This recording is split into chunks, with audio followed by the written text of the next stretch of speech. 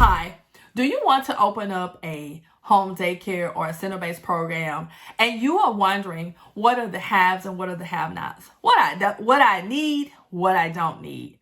You're going to want to listen to what I am about to say next. Go ahead and get your pen and your paper ready. Let's get into it.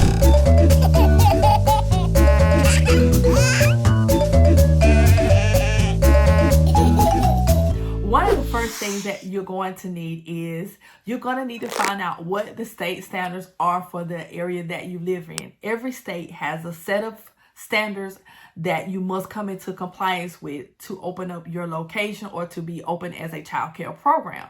You're going to want to make sure that you know what the standards are, that you know what the requirements are for your classroom and things like that so that you are in compliance. I want to give you an example. One of the things that here in the state of Alabama, we must have a certain amount of toys in the classroom. There's a required list of toys that's in our state standards that we must have in the classroom at all times. That is a must have. Now, when I first opened up, I was so excited about opening my program. I got all of the toys that were on the state standard, and I even bought extra. And I also bought more toys. I went to Amazon, I was Walmart happy, I was Facebook Marketplace toy happy. I bought a lot of toys and I added them to my classroom. So I'm about the second week into my opening, I noticed that the children had some behavioral challenges. And that was because they had so many options with all the extra toys that I had added to the program.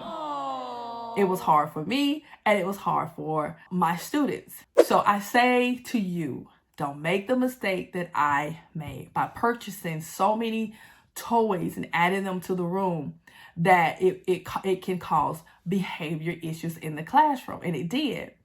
You only need to keep it simple. Only get the things that are required on the state list starting out. The second thing is you want to make sure that you establish routine within your first 3 months. You want to establish hand washing. You want to establish classroom rules. You want to establish your vision with your staff. You want to establish where things go in the classroom. Those are things that you want to establish. After about 3 months, you add new toys. You add new things to the classroom. So stick to whatever is required on the list, or whatever is the requirement when opening up your childcare location. Keep it simple at first. The next thing that you will need is a contract. I have a contract that my parents will sit down with me during enrollment and we will go over the contract. And in my contract, I will go over my hours of operation.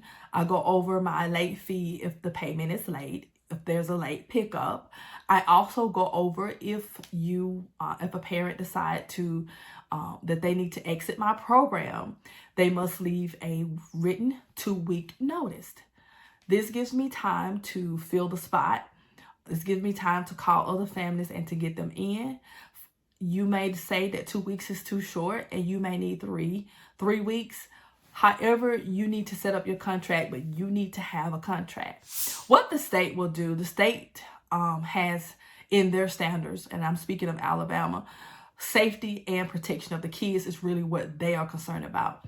But when it comes to how you receive your payments, whether you choose to receive it on Monday, Tuesday, Wednesday, Thursday, or Friday, the state does not have any regulations, does not have anything to do with that. They don't care about how you choose to get your payments. But having a strong system and a foundation in place of that and letting parents know what your expectations are is very important when starting your business. If you do not have a foundation and a good foundation in place, parents don't know what to expect. So you might have parents paying late all of the time because you don't have anything in place. You don't have anything in place if they're late. You just take your payment whenever. And this is not the way you want to start your center. This is not the way that you want to start your program. So if you want more help on setting a foundation or setting a contract in place for your childcare program, Let's connect. Let's talk. Let's have a discovery call. You can also join my coaching program, and I can walk you step by step how you can establish a strong foundation and a routine for your program. Now, I did another video about payments, how you can take payments for your location, what payments look like, how you can have a good foundation as far as payments. And until next time, bye-bye.